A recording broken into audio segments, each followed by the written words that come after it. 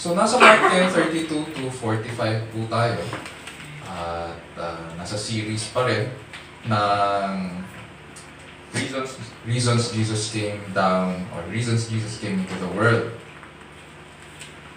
Hayaan niyo pong basahin ko muli ang ating passage. This time naman po sa Tagalog para sa ating karagdagang kaalaman. So, buksan po natin ang ating mga Bibles sa Mark chapter 10, verses 32 to 45. Mark 10, 32 to 45. At ganito po ang sinasabi. Nasa daan sila papuntang Jerusalem.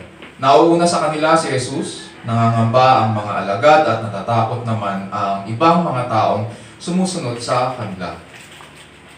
Muling ibinukod ni Jesus ang 12 at sinabi sa kanila ang mangyayari sa kanya. Sabi niya, papunta tayo ngayon sa Jerusalem kung saan ang anak ng tao ay ipagkakanulo sa mga punong pari at sa mga tagapagturo ng kautusan. Siya ay hahatulan nila ng kamatayan at ibibigay sa mga hentil. Siya ay kanilang hakamakin, tuduraan, hahagupitin at papatayin. Ngunit, pagkaraan ng 3 araw, siya ay muling mabubuhay. Lumapit kay Jesus ang mga anak ni Zebedeo na sina Santiago at Juan. Sinabi nila, Guro, may hihilingin po sana kami sa iyo. Ano ang nais ninyo? Tanong ni Jesus. Sumagot sila, sana po ay makasama kami sa inyong karangalan at maupo ang isa sa kanan at isa sa kaliwa. Ngunit sabi ni Jesus sa kanila, hindi ninyo nalalaman ang inyong hinihingi. Makakaya ba ninyong tiisin ang hirap na aking daranasin? Makakaya ba ninyo ang bautismong ibabautismo sa akin? Verse 39, Opo, tugon nila. Sinabi ni Jesus, ang kopang aking iinuman ay iinuman na ninyo at babautismuhan nga kayo sa bautismo na tatanggapin ko. Ngunit, hindi ako ang magpapasya sino mauupo sa aking kanan at sino ang sa kaliwa. Ang mga karangalan ay para sa mga kinaglaanan. Nang malaman ito ng 10 alagad, nagalit sila sa magkapatid. Kaya't pinalapit sila ni Jesus at sinabi, alam ninyo na ang mga tinuturing na pinuno ng mga hentil ay namumuno bilang mga Panginoon sa kanila at ang kagustuhan ng mga nasa kapangyarihan ang siyang nasusunod. Ngunit, hindi ganyan ang dapat umiral sa inyo. Sa halip, ang sino man sa inyo na nais maging dakila ay dapat maging lingkod ninyo. At ang sino mang nais maging pinuno ay dapat maging alipin ng lahat. Sapagkat ang anak ng tao ay naparito hindi upang paglingkuran, kundi upang maglingkod at upang mag-alay ng kanyang buhay para sa ikatutupos ng marami. Ito po ang salita ng Panginoon, purihin ang Diyos. These past weeks, pinag-aaralan po natin ang reasons Jesus came into the world at napansin po natin na may tema ito ng kamatayan ng Panginoong Jesus. Bagamat nalalapit na po ang araw ng Pasko. At sinabi nga po natin, hindi po natin maiintindihan kung bakit kailangang pumarito ang dakilang anak at maging tao kung hindi natin pag-aaralan ang kanyang kamatayan. And so the cross cannot be separated, yung cross cannot be separated from the manger because there is a straight line connecting the two in God's plan of salvation. Kaya mahalagang mahalaga na pinag-aaralan natin ang kanyang kamatayan, especially now in light of Christmas or yung Advent season. Na simulan natin ang series nung first week of December, we've learned that doon sa reason number 18, Jesus came into the world to die sa John 12:24 to 27. And then in reason number 19, last week, napag-aralan natin that Jesus came into the world to seek and save the lost mula sa Luke 19:5 to 10. Sa umagang ito, sa ating pag-aaral ngayon, panalangin ko po na buksan ng Panginoon ang ating mga isipan sa sinasabi niya po sa kanyang salita. Nawa ipahayag na siya ang nagpapalakas sa atin at nagbibigay aliw sa tuwing tayo'y nahihirapan sa pagsunod sa Kanya. Panalangin ko rin na mag-minister ang salita ng Diyos sa atin na naglilingkod sa ating mga pamilya, nagmi-minister sa church through the different ministries at sa mga tinatawag na sa mga mas malaki pang responsibilidad para makatugon po tayo sa maayos na pamumuhay sa harapan ng Diyos, sa ilalim po ng kapangyarihan ng Diyos at para po sa kalwalhatian ng ating dakilang Diyos. As in previous Sundays, ganito pa rin ang question natin sa ating passage. What is the reason Jesus came into the world? What is the reason Jesus came into the world? And in the past 2 weeks, tinalakay po natin ang mga huling araw at ng buhay ng ating Panginoon at yung kanyang ministry. Dito sa Mark 10 naman, uurong pa tayo ng kaunti. Verses 32 to 45 na binasa sa atin kanina ay nakasandwich sa dalawang kilalang accounts bago mag-stop over ang Panginoon sa Jericho. So, maaalala natin sa ating pag-aaral, from Galilee, pababa ang Panginoon. Pag tinignan natin yung map, Galilee is on the north, and Jerusalem, yung capital nila, nasa south. So, from Galilee, pababa sila papunta sa capital, sa Jerusalem. Although yung daan doon ay paakyat, kaya nga mapapansin natin, doon sa binasa natin kanina, sinasabi, they were on the road going up to Jerusalem because Jerusalem sits on a mountain. Ngayon, pababa sila papuntang capital at bago sila, itong account natin, nangyari ito bago po sila mag-stop over sa Jericho, Roman Jericho. So, sabi ko nga, nakasandwich ito sa dalawang accounts. First, yung unang account, kakatapos lang mag-usap ng Panginoon at ng rich young ruler. Kakatapos lang nila. And then, nangyari ito. Itong account ni James and John, the sons of thunder, or the sons of Zebedee. And pagkatapos nun, yung isa pang nagsasandwich doon sa account na 32 to 45, ay itong account naman ni blind Bartimaeus. Yung bulag na namamalimos doon sa maalikabok na daan ng Judean wilderness bago sila makapasok sa city of Jericho. So, doon yun makikita sa verses 46 to 52 ng Mark chapter 10. So, nakasandwich siya ngayon. Which leads us now dito sa verses 32 to 34 ng ating passage. Ganito po ang sinasabi. They were on the road going up to Jerusalem. And Jesus was walking on ahead of them, and they were amazed. And those who followed were fearful. And again, he took the 12 aside and began to tell them what was going to happen to him, saying, Behold, we are going up to Jerusalem, and the Son of Man will be delivered to the chief priests and the scribes, and they will condemn him to death and will hand him over to the Gentiles. They will mock him and spit on him and scourge him and kill him, and 3 days later he will rise again. Tingnan muna natin yung background ng ating passage na ating pinag-aaralan at saka yung lalim ng mararanasan ng Panginoon sa kamay ng mga Hudyo. So nanggaling si Jesus at ang 12 sa Caesarea Philippi, which is Gentile territory po. So ang Caesarea Philippi po ay pamunuan ni Philip the Tetrarch. Si Philip the Tetrarch po ay mula sa pamilyang Herod. So, pag narinig natin ang Caesarea Philippi, ang Roman Jericho, ito po ay mula sa... Sige, pasok po. Pasok lang.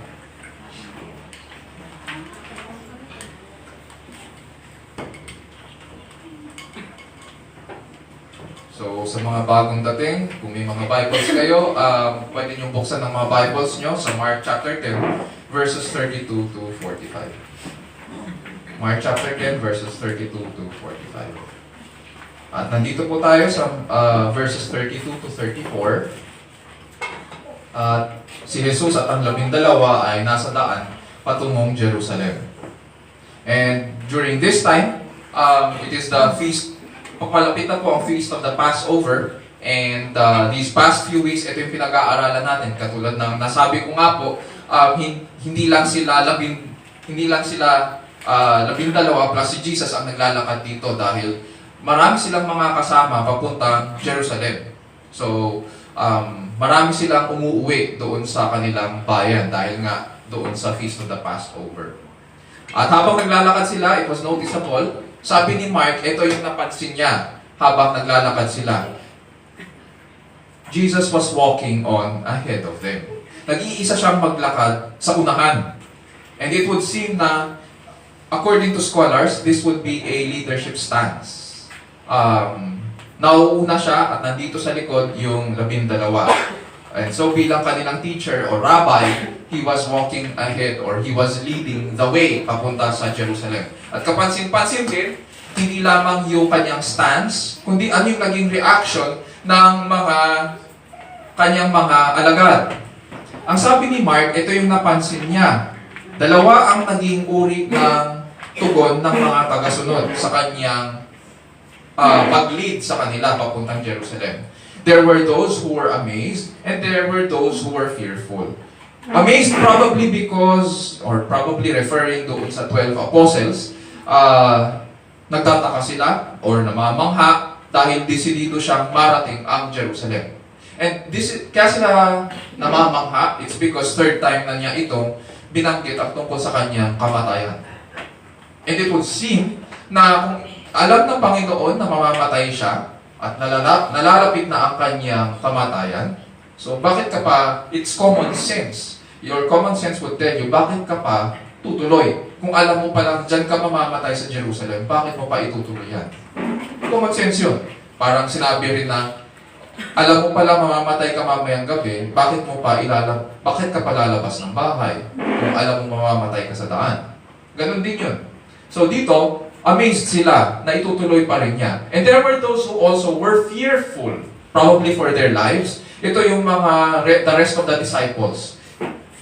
And by this time, sabi ko nga, ito na yung third time na sinabi ng Panginoon yung tungkol sa kanyang kamatayan. And syempre, kapag maraming kaaway ang Panginoon noong time na ito, and so natatakot sila para sa kanilang buhay dahil syempre baka madamay sila. Sumusunod sila sa isang tinuturing na rebelde. Maraming mapanghas na sinabi ang Panginoon at maraming naiinis din sa kanya, syempre sa mga authorities ng Israel. And so, parang ang nangyayari ngayon dahil si Jesus ay papunta at diretso siya, o wala siyang balak na lumihis sa kanyang mission doon para pumasok doon sa kuta ng kaaway, merong mga nag-aalangan, merong mga natatakot. Baka madamay sila, o pati sila ay ikulong, pati sila ay takipin. Tuloy natin sa verses 33 and 34. Sabi dyan ni Mark, behold, we are yung sa account ni Jesus Christ, behold, we are going up to Jerusalem, and the Son of Man, sabi ng Panginoong Jesus dito, will be delivered to the chief priests and the scribes, and they will condemn him to death, and will hand him over to the Gentiles. They will mock him and spit on him and scourge him and kill him, and 3 days later, he will rise again. So dito, observe natin yung detalye. Hindi na tayo pupunta doon sa previous na accounts na kinuwento ng Panginoon yung kanyang kamatayan. Pero itong pangatlong beses na binigay niya or piniredict niya ang kanyang kamatayan, mas madetalye. Pinakamadetалye ito actually. Note natin yung detalye na binigay niya. Ibibigay daw siya sa high priest. Sino yung high priest ng time na ito? Ito yung yung father-in-law, si Annas at saka si Caiaphas. At saka mga eskriba raw, ibibigay siya doon. And they will mock him. They will spit on him. They will scourge him. Hahampasin siya. Pero hindi ito magiging sapat. Pag scourging, alam natin, ito yung, nakita naman na natin yung mga iba't ibang interpretations ng scourging ng panahon nila. Yung iba't ibang klase ng yung mga ginagamit nila. At alam natin na hindi ito ordinaryo na latigo sa panahon natin. Yung dulo nun, ilang sanga yun. Tapos sa dulo nun may mga buto at saka may mga metal hooks pa para kapag kumapit sa balat at bigla mong hinila yung latigo, sasama pati yung balat. So, dudugo yun. So they will scourge him, yun yung tinatawag na scourging. Hahampasin siya pero hindi ito magiging sapat. And they will kill him. Pero doon ba magtatapos ang panukala ng Diyos? Hindi. Sabi ng Panginoong Jesus, and 3 days later, He will rise again. So alam ni Jesus na bago siya mabuhay na maguli, kailangan siyang mamatay. Alam ni Jesus na panganib ang naghihintay sa kanya sa Jerusalem. At tuloy lang siya sa paglakad niya. At meron daw ilang namangha na parang kasing okay lang daw sa kanya na mamatay. At may ibang natatakot, nag-aalangan, susunod pa ba ako? Nato ng mga sundalo, mga saserdote at mga kaaway ng Panginoon. So, question mark sa iba. Tuloy po natin yung kwento sa verses 35 to 40. Sabi dyan sa verse 35, James and John, the two sons of Zebedee, came up to Jesus saying, Teacher, we want you to do for us whatever we ask of you. Etong dalawang anak ni Zebedee, lumapit daw kay Jesus at humiling. Ano yung hiniling nila? Gusto daw nila na maupo kay Jesus. Kapag naupo siya sa kanyang luklukan, sa kaharian, gusto daw nila nandun siya, silang dalawa, si James and John, sa kanyang kaliwa at yung isa nasa kanan. Sa Matthew 20:20, kinukwento naman ni Matthew itong account na ito from another perspective. Sinasabi ni Matthew na ang kumausap kay Jesus ay yung nanay nila. Hindi ibig sabihin na nagkokontrahan yan. Ang ibig lang sabihin ganito yung nangyari dyan. Malamang ang may idea na kausapin si Jesus at humiling, ang may idea nito ay dalawang binata. Si James and John. At kinausap nila yung nanay nila. Di ba? Ganun naman tayo eh. Pag medyo bata-bata pa at walang masyadong alam kung paano makitungo sa mga matatanda, idadaan sa kanilang magulang. Nay, pwede mo naman kausap. Medyo ambitious kasi, ambisyoso itong dalawang to. So, although alam nila na ang usually nasa harapan ng grupo, at yung mga tumatayong mga leader ng grupo, alam naman natin yan eh, si Peter, si Andrew, diba? Sila yung mga nandyan eh, yung mga madalas na binabanggit. Etong si James and John, na anak ni Zebedee, medyo lang to eh, nandun sa hulihan. So ngayon, kinausap nila si nanay. Nay, baka pwede mo namang kausapin ng Panginoon. Gusto namin na pag umupo ang Panginoon sa kanyang luklukan, uupo rin kami. Si James doon sa kaliwa, si John doon sa kanan.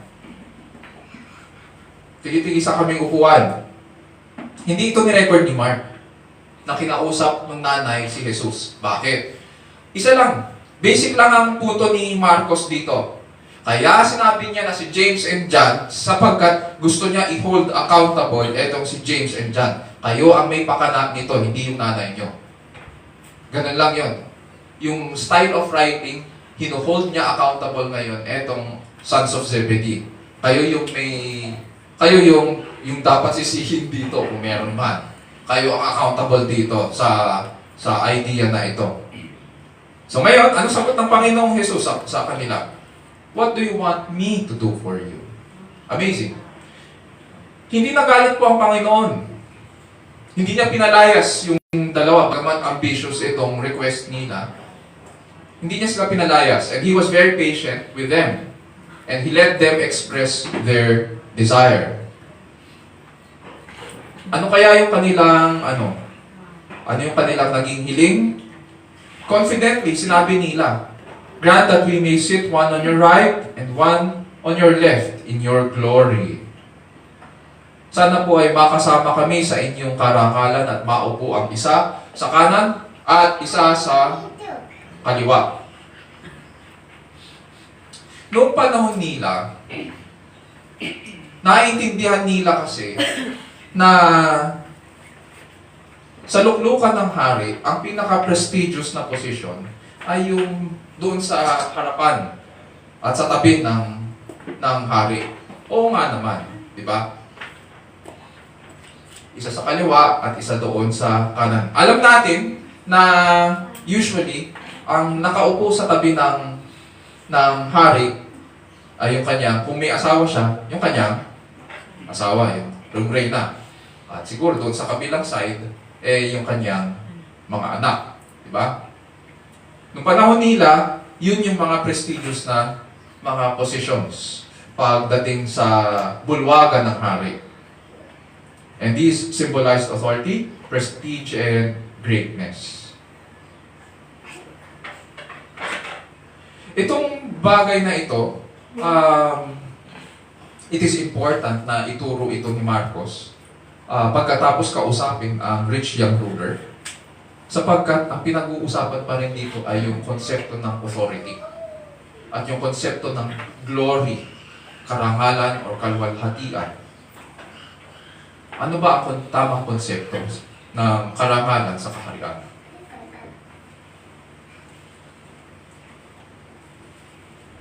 Pagkatapos kausapin ng Panginoon kasi ang rich young ruler, ganito ang sinabi ng Panginoon sa kanyang mga alagad. Kasi nga, hinamon niya yung rich young ruler. Sabi ng rich young ruler, lumapit sa Panginoon, di ba? Sabi niya, what must I do to enter the kingdom of heaven? Anong dapat kong gawin? So, sabi ng Panginoon sa kanya, alam mo ba kung ano yung mga kautusan? Sabi ng rich young ruler, alam ko yun, nasusunod ko yun.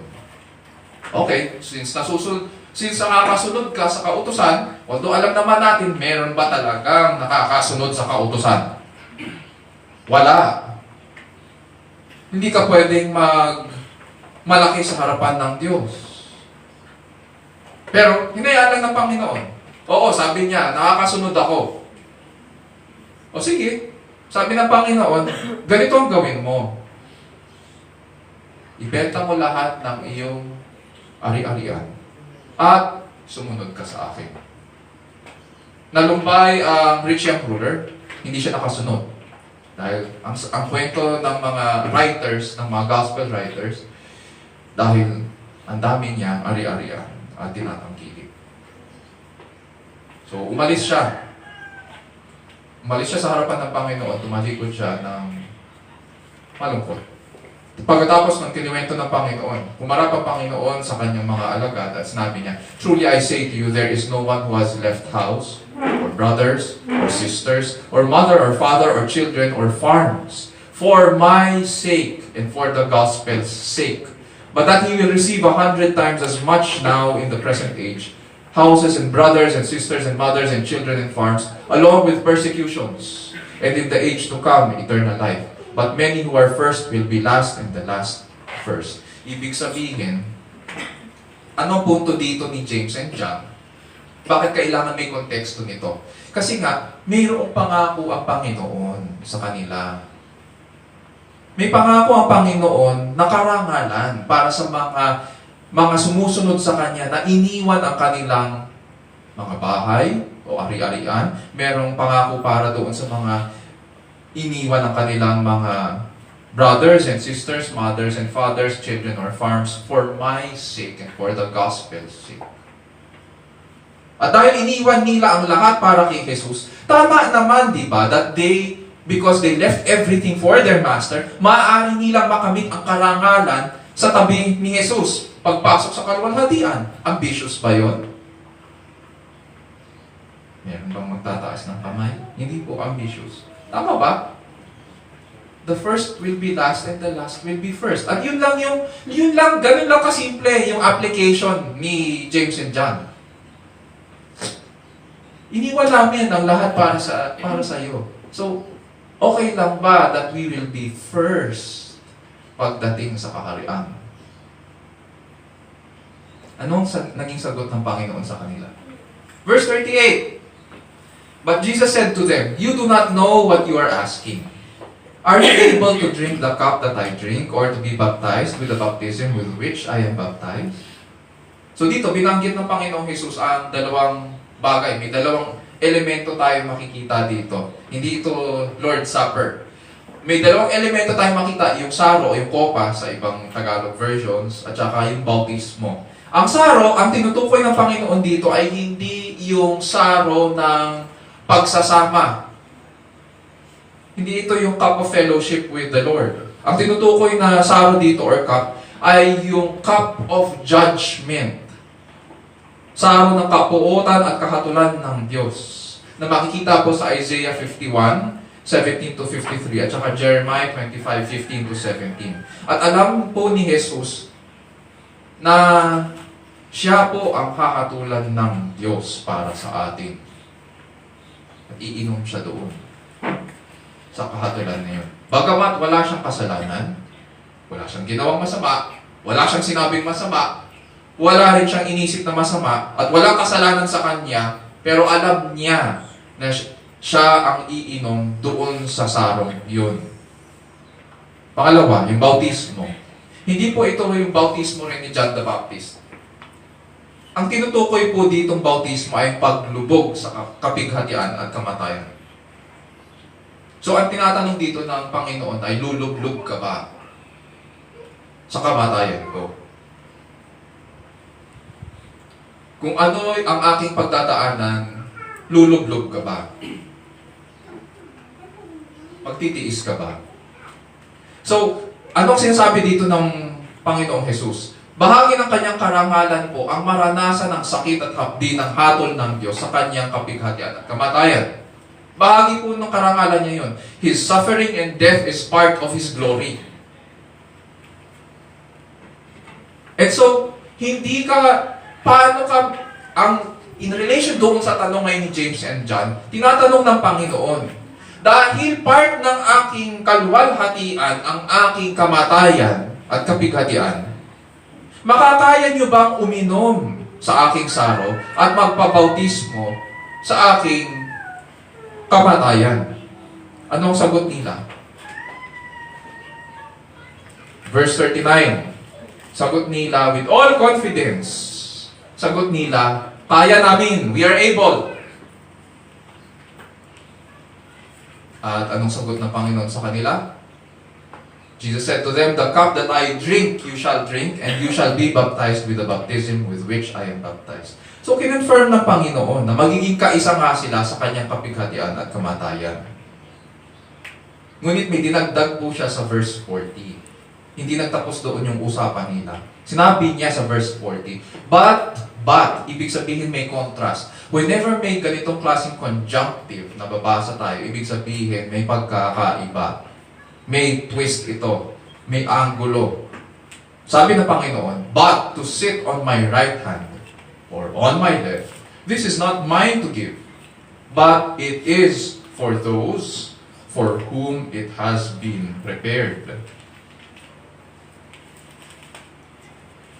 Sabi ng Panginoon, you do not know what you're asking. At ngayon, sinasabi niya, dito, to sit on my right or on my left is not mine to give, but it is for those for whom it has been prepared.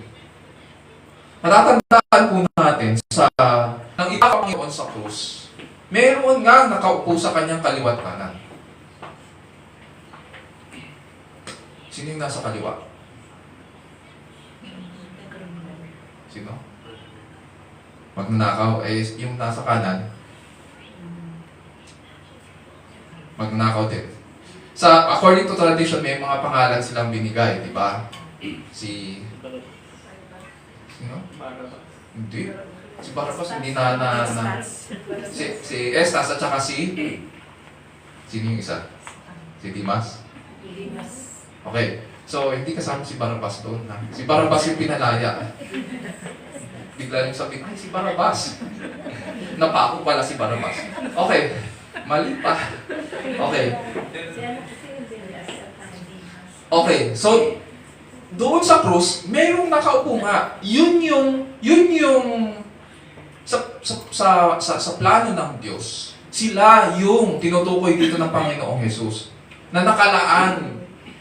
Sila yung dapat nakapako sa kanyang kaliwa at kanan. Yung mga tulisan. Bakit? Sapagkat gustong ipakita ng Ama sa buong mundo na si Jesus ay, bagamat hindi nagkasala, hinatulan siya na parang isang kriminal. Bagamat wala siyang kasalanan, hinatulan siya talaga. Hinanda ito ng Ama para sa kanyang anak. At bagamat makikilala ngayon makikilala ngayon itong dalawang tulisan sa kanyang kapigatian at kamatayan. Sa pamamagitan ng kanilang buhay, hindi tinalaga ng Ama na mamatay ngayon itong mga apostol sa ganong paraan. Hindi ganon. So, kinokorek ngayon ng Panginoon si James and John dito. Punta tayo sa verses 41 to 45. Sa verse 41, maririnig naman natin ngayon yung isa pang response ng yung prayer request ng mga apostol. Ano yung naging response nila dito sa prayer request ni James and John? Hearing this, sa verse 41, the 10 began to feel indignant with James and John. Yung salitang indignant dyan, sa original language, pag binasa natin, ang katumbas niyan yung galit na galit sila, napupuot sila, ganon. Napupuot sila doon sa kanilang mga kasama.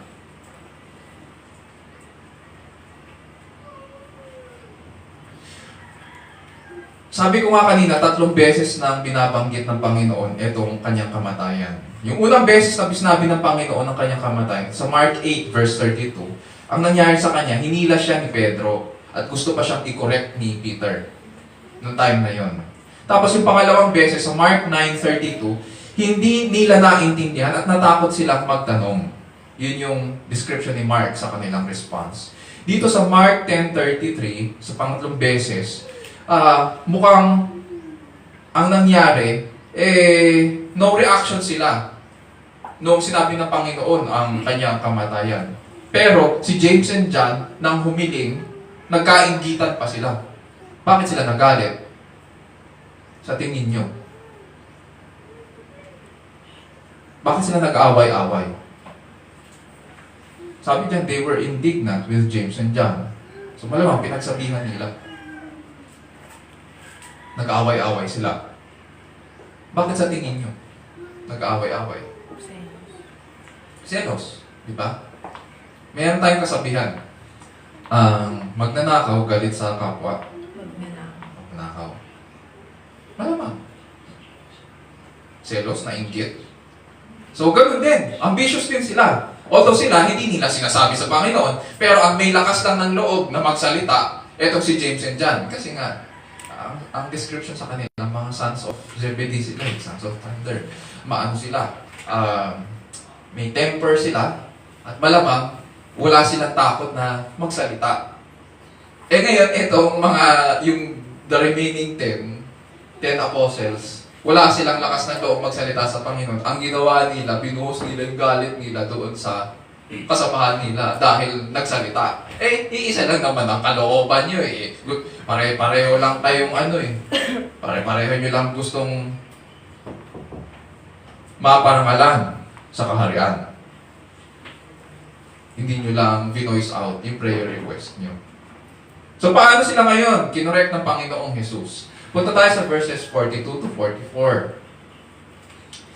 Calling them to himself, Jesus said to them, "You know that those who are recognized as rulers of the Gentiles lord it over them, and their great men exercise authority over them. But it is not this way among you.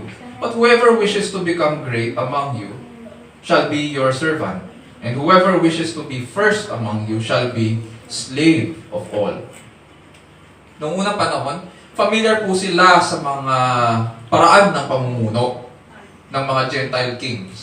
Pag sabing Gentile, ibig sabihin nito, mga hindi Israelita. At nung time na yon, ang mga hari ng mga karatig bansa, ang tingin nila sa kanilang sarili ay mga Diyos. Mababasa natin yon. Pag tinignan natin yung mga historical accounts ng mga pharaohs of Egypt, Si Pharaoh, ang tingin niya sa kanyang sarili ay Diyos. Pag tinignan natin ang mga Roman emperors, si Caesar, kaya nga may kasabihan na Kaiser Curios sa original language, na ang ibig sabihin Caesar is Lord. At kinontra ito na historically ng mga Christians. Hindi kami yuyukot kay Caesar. Hindi pwedeng maaring Kaiser Curios. Para sa kanila, Jesus is Lord. Hindi pwedeng si Caesar. Kaya nga, meron tayong ganon. So, si Caesar, ganon din ang tingin niya sa sarili nila. At dahil ang tingin nila sa sarili nila na sila ay mga Diyos, malupit po sila sa kanilang mga pamumuno. At wala silang pagtingin sa kanilang kapwa. Kasi nga, mataas sila at tingin nila, mabababa lang kayo. Diyos kami. Mga mabababang nila lang. Yun yung pinatutukuyan dito ni Jesus. You know that those who are recognized as rulers of the Gentiles lord it over them, and their great men exercise authority over them. But it is not this way among you. Sabi niya, it is not this way among you. Bakit? Kasi mamamayan kayo ng kaharian. Ang kaharian ko, sinasabi ni Jesus, ang kaharian ko ay hindi tulad ng paghahari ng mga hentil sa mundong ito. Ang tingin ng mga namumuno sa kanilang mga sarili ay mas dakila sa iba. Pumapanginoon sila sa lahat. Ngunit sa aking kaharian, ang pamumuno ang pinakamababang posisyon sa iglesia. Ang pamumuno ang pinakamababang posisyon sa aking kaharian. Ito yung sinasabi nilang the great paradox in the kingdom. If you want to be first in the kingdom, then you need to be the last. You need to be the servant of all. Ang pamumuno, ang pinakamababang posisyon sa iglesia o sa kaharian, siya ang alipin ng buong katawan. Ayon sa Panginoon, bakit daw ganito ang pamumuno sa kanyang kaharian? Bakit ganito siya mamuno? Verse 45, and this is the message of the gospel. This is the good news. Ito yung yung kabuuan, dito yung theology kung saan nakakapit ang buong passage. Verse 45, sabi niya, for even the Son of Man did not come to be served, but to serve, and to give His life a ransom for many. So bakit daw ganito ang pamumuno sa kanyang kaharian? Sapagkat maging ang hari ng kaharian ay nagpakababa at naglingkod. Bumaba siya mula sa kaitaas-taasan at binigay ang kanyang buhay para sa atin. At ganito ang model of leadership sa kaharian ng Diyos. Pagpapakababa at paglilingkod sa iba. Uulitin ko, ganito ang model of leadership ng hari sa kanyang kaharian. Ang pagpapakababa at paglilingkod sa kapwa. But it doesn't end there. Hindi lang yun ang sinabi ni Jesus. Meron pa siyang sinabi pagkatapos ng did not come to be served, but to serve. May sinabi siya, and to give His life a ransom for many. So by coming down and dying on the cross, binigay po ni Kristo ang kanyang buhay na pantubos para magkaroon tayo ng buhay. Kapag pinag-uusapan po kasi ang katubusan, karaniwan ang tumatatak sa ating isipan o malamang ang ating natatandaan pag katubusan ang pinag-uusapan ay ang kanyang kamatayan. But Jesus tells us here na maging ang kanyang buhay ay pagpapala sa atin. May pakinabang ang kanyang buhay para sa atin. Hindi lamang ang kamatayan. Kadalasan sinasabi natin sa ating mga pananaw, we thank you that your Son has died for us on the cross.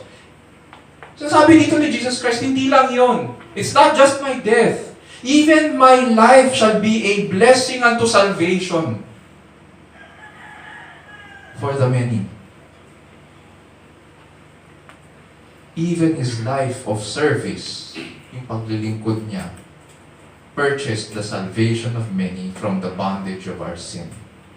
Ang kanyang buhay ay maging kaligtasan para sa atin. It's not just His death. It's also His life. Kaya mapapansin nyo, yung mga tumatayo dito sa harapan, yung detalye ng kanilang sinasabi dito, sasabihin ng ating mga presider, salamat Panginoon sa inyong buhay at kamatayan. Sapagkat ang kanyang buhay ay naging kaligtasan para sa atin. Mga kapatid at kaibigan, dahil binigay ni Kristo po ang kanyang buhay bilang pantubos sa atin, paano ba dapat tayo ngayon mamuhay bilang mga tagasunod ni Kristo? Sabi po niya dito, it is not this way among you, but whoever wishes to become great among you shall be your servant, and who wishes to be first among you shall be slave of all. Dahil mamamayan po tayo ng kaharian, yung kaharian ni Kristo, nararapat lang na ang attitude at pamumuhay na pinagkukunan natin ng mabuting halimbawa ay ang Panginoong Hesus mismo. Yun yung tama. Pero too often, kaya gumugulo po ang ating mga buhay, kaya bumabali-baligtad tayo, tapos nahihirapan tayo, kasi ginagaya po natin yung mga attitudes and ways na hindi swak sa kaharian. Too often, ang ginagawa po natin, imbis na matuto tayo kay Kristo, kung saan-saan tayo nag-aaral. It should not be. Sapagkat yung paraan ng mundo, yung daan na tinatahak ng mundo, hindi siya swak sa pamumuhay sa kaharian. Kaya nagkakagulo ang buhay natin, kaya nahihirapan tayo. Pero dahil nakakilala tayo kay Kristo at dahil sumusunod tayo kay Kristo, dapat siya yung pinagkukunan natin ng mabuting halimbawa. Sinasabi po, halimbawa na lang, ngayon sa panahon natin, ganito po ang sinasabi. Maririnig natin to, love yourself first, di ba? Pagkatapos mahirapan sa isang trial ng buhay, ang sasabihin, love yourself first. Anong sagot sa atin ng scriptures dyan? Tama ba yan o mali? Ang sagot dyan ng scriptures, no! You do not love yourself first. You love God first. Love Him with your life. Love Him with all your heart, your soul, your mind, your strength. You love Him with your all. It's all or nothing. And you love your neighbor as yourself. Hindi kino-command na i-love mo ang sarili mo. Because that love comes naturally to us. At the same time, yung love na yun para sa sarili is very selfish. Kaya mapapansin natin dito, hinuli yung self. Ang uunahin natin ay ang Diyos. Siya ang uunahin. Tapos, pangalawa, sarili ba? Hindi! Sabi ng Panginoong Hesus, how is the great commandment summed up? Sabi ng mga scholars nila nung panahong ito, you love God with all your heart, with all your soul, with all your mind, with all your strength. At saka ano yung pangalawa? You love your neighbor as yourself. Uunahin mo ang iba. Hindi sarili mo. Sa aming devotion kagabi po, mula sa Book of Psalms, ganito po ang sinasabi sa Psalm 138, verse 6. For though the Lord is high, He regards the lowly, but the haughty He knows from afar. Mataas man at dakila ang Diyos, malapit po siya sa mga aba at kumikilala na kailangan nila ng tagapagligtas. Kailangan natin ng tagapagligtas. Pinapahayag niya ang yaman ng kanyang pag-ibig at kagandahang loob sa mga lumalapit sa kanya. Ngunit ang mga hambog, mapapansin natin doon sa verse, but the haughty He knows from afar. Ang mga hambog, ang mga pasikat sa kanyang harapan, ang mataas, ang mga nagmamarunong sa kanyang harapan. Kumubli man sila, kilala niya sila sa malayo. Ibig sabihin, mananatili silang malayo sa Kanya. Kaya hindi tama na humuhugot tayo ng mga attitude at pamumuhay sa mundong ito. At ganun din siguro application sa ating mga pamilya.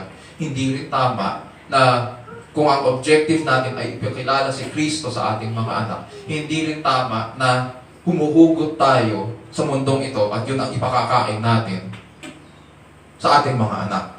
Kung nais natin ang ating mga anak na sumunod kay Kristo, dapat ang ipakain natin sa kanila ay yung pamamaraan ni Kristo. Kaya dito, kung paano binigay ni Kristo ang kanyang buhay, ganun din natin paglilingkuran ang isa't isa. Dahil nais nating makilala siya at pamunuan ng ating pamilya at iba pang ministry sa iglesia, kailangan nating tahakin ang daan na kanyang tinahak. Dahil siya'y pinagtawanan, dahil siya'y minura, dahil siya'y dinuraan, pinaghahagupit na parang isang kriminal para paglingkuran tayo. Asahan natin na ganito rin ang ating tatahakin at titiisin bilang paglilingkod at pagsunod sa Kanya, bilang paglilingkod rin sa ating kapwa. Mararanasan natin ito. And so ngayon, I want you to note ito. Paano ngayon nasusukat ang pagkilala natin kay Kristo? Nasusukat ang pagkilala natin kay Kristo sa paglilingkod natin sa isa't isa. Uulitin ko po. Nasusukat ang pagkilala natin kay Kristo sa paglilingkod natin sa isa't isa.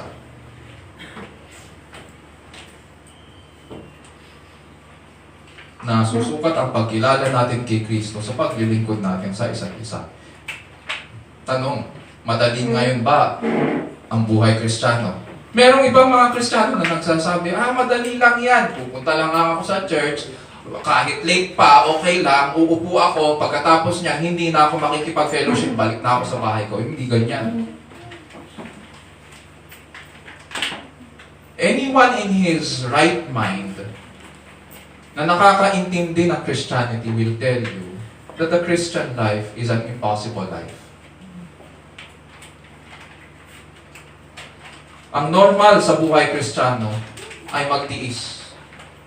Dahil sa dami ng problema at dahil sa dami ng kanyang kailangan buhatin. Natural. Nakikifellowship ka, kailangan mo buhatin ang problema ng iyong mga kapatid. May kapatid ka sa pananampalataya eh. So kailangan maintindihan mo ang problema nila at kailangan tumulong ka. Dahil tinulungan ka ni Kristo. Binigyan ka ng kalakasan, binigyan ka ng kaligtasan, tapos ngayon, may nangangailangan kang kapatid, hindi mo pakikinggan. Hindi mo tutulungan. Ano klase kang kapatid? At magagawa lang ito, mga kapatid, kapag naintindihan natin kung saan nagmumula ang buhay natin. Again, itong buhay ni Kristo ay naging pagpapala para sa atin. Ang normal sa buhay Kristiyano ay suffering and even death for the sake of Christ. Narinig po natin siguro yung mga pastor na kinulong sa Canada nung time ng COVID. Meron akong libro niya, si James Coates. Kinulong siya, pagkatapos nang sumulat siya ng libro, kung ano nangyari sa kanya. Merong mga pastor sa China, yun hindi natin alam kung ano nangyari pagkatapos sila nakikin.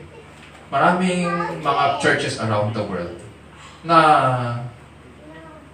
ang nire-require ni Kristo sa kanila ay death. But it does not mean that it is not the norm. Yun ang norm. Because literally, Christ died for us.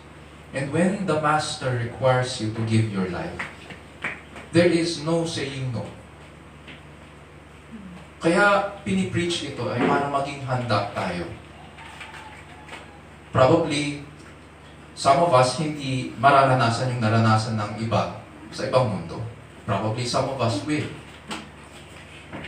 But the point is, ito yung normal sa buhay Kristiyano. Dahil si Kristo ay naghirap, pahihirapan din tayo ng mundo ito. Dadaan tayo, lalakad tayo, tatahak tayo kung saan siya tumahak. Pero sa mga panahon na nahihirapan po tayo, ito naman ang comfort sa atin. Our Father wants us to know that we should go to Christ. Look at Him, find grace in Him. At ganito po ang ating magiging tugon sa Kanya. Yung ganitong klaseng buhay. Tandaan po natin, For even the Son of Man did not come to be served, but to serve, and to give His life as a ransom for many. Isa puso natin ang mga bagay na ito at purihin natin ang ating dakilang Panginoon. Tayo manalangin.